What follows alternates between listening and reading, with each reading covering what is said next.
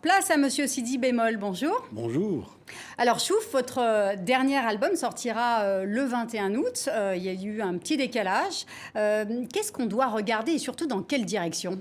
Je pense qu'il faut regarder dans toutes les directions, mais surtout l'avenir très proche. Chouf, en fait, on est vraiment, je pense qu'on est dans la fin d'une période et une nouvelle période qui arrive, complètement différente de ce qu'on a connu avant. Et pourquoi vous dites ça? Pourtant, l'album, il a été enregistré avant le Covid, non? C'est quoi cette transition entre l'avant Je pense que c'est pas lié directement au Covid. Ouais. Je pense qu'il y a vraiment la fin d'une période, quoi. Déjà avant le Covid. Maintenant, peut-être c'est plus flagrant avec le Covid, mais...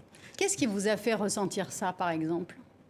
Eh bien, c'est qu'il y a de plus en plus de gens qui ont le sentiment que ça ne va pas, qu'ils ne sont pas écoutés, que la société dans laquelle ils vivent n'est pas adaptée ou bien ils ne sont pas adaptés à cette société. Il y a de plus en plus de gens qui ne se sentent pas représentés, aussi politiquement. Il y a de plus en plus de gens qui voient l'avenir un peu en noir, qui ne voient pas de perspective vraiment rayonnante. Voilà. Et ça fait longtemps, je pense que donc Chouf, c'est regarder, mais pour bien entendre ce que disent les gens autour. Pour moi, personnellement, c'était aussi bien avant tout ce qui est de la révolution du sourire en Algérie. C'était la perspective un peu aberrante d'avoir un président complètement en fin de vie et qui se présentait pour un 5e mandat. C'était aussi ça, c'est-à-dire il y avait toute une conjonction de choses. Et j'imagine que l'artiste que vous êtes est très sensible à ces changements, peut-être même quand c'est des frémissements. Oui, c'est ça. C'est-à-dire, on aimerait exprimer plein de choses qu'on ne sait pas exprimer avec des mots. Du coup, on le fait avec de la musique, avec des chansons. Alors, Chouf, c'est 15 titres, très rock. Oui, voilà. Une pointe de blues. Comment vous avez travaillé sur cet album? Quelle identité vous vouliez lui donner? Alors, c'est vraiment un album que je voulais... En fait, le dernier album que j'ai fait, il n'y a pas 6 ans qu'il a été fait. C'est-à-dire, il y a eu un autre album depuis, en 2017, qui était l'Odyssée de Fouley. C'est une pièce de théâtre, c'est un conte musical. Donc, il y avait une musique très dépouillée, juste des percussions, des voix, un texte raconté, et puis un piano. Et là, je voulais revenir vraiment à mes premières amours, au rock. Je voulais refaire un album vraiment rock que j'avais commencé à écrire il y a pas mal de temps d'ailleurs. Il y a des titres qui datent de plusieurs années. En fait, c'est des chansons que j'ai écrites avec un journaliste algérien qui s'appelle Sid Ahmed Semiane, Sass. Et donc, à chaque fois qu'on se rencontrait en Algérie, on écrivait des chansons, on parlait de toutes Et donc, ces rencontres. chaque titre a une identité propre. À une identité, et comme d'habitude, ça, moi je travaille toujours à partir de... mes chansons, c'est comme des dessins en fait. C'est des petites caricatures, c'est des descriptions de personnages, etc. Par exemple, dans l'album, il y a une chanson qui s'appelle Lyomen Bassé. On a essayé de se mettre vraiment dans la tête du premier manifestant qui va sortir... en étant sûr qu'il va recevoir une raclée, qu'il va être embarqué, de se mettre un peu dans l'état d'esprit, comment il raisonne, comment... Donc ce sont vraiment des histoires chantées, en fait. C'est des histoires chantées, en fait. Alors justement, vous êtes aussi connu pour dessiner, et vous avez profité de cette période du confinement aussi pour vous replonger dans le dessin. C'est vrai, ça a été une occasion un peu... ça a été assez dur quand même de rester comme ça confiné à la maison tout le temps. C'était long? Le temps était long pour vous? Oui, le temps était long, quand même.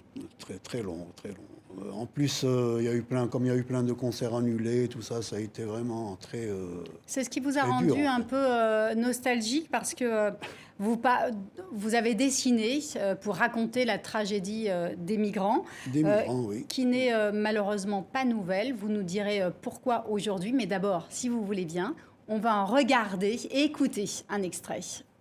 Lampedusa.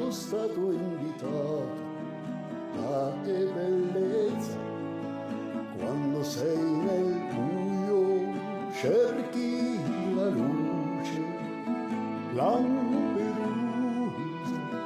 Lampedusa, amo la libertà, amo cantare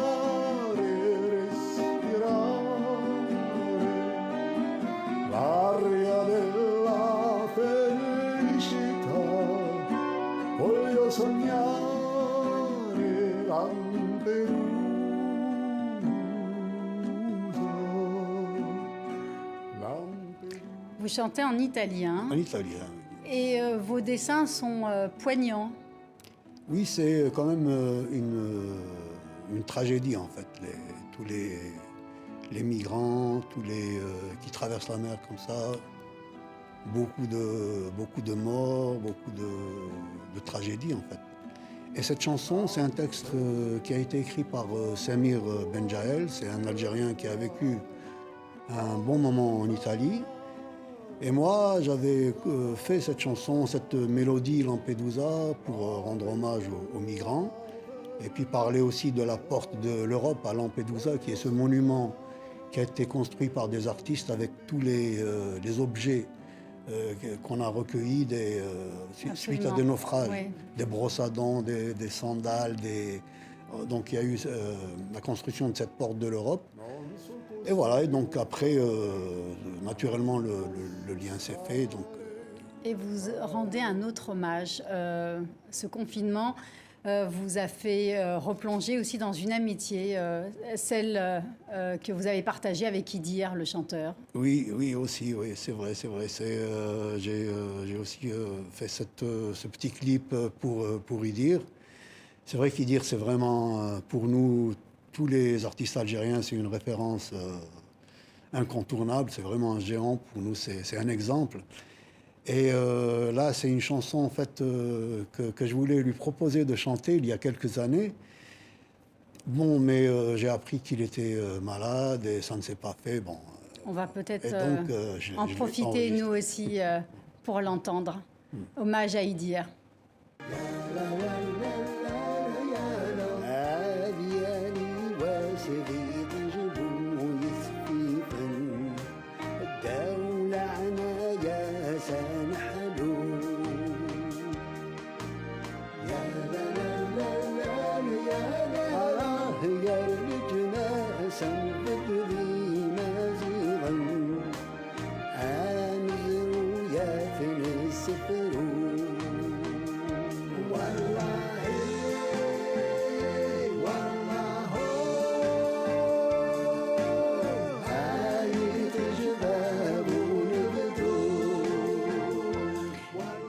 C'est pas du tout votre genre musical, votre expression musicale, mais est-ce que c'est un artiste qui a compté pour vous ou qui vous a inspiré?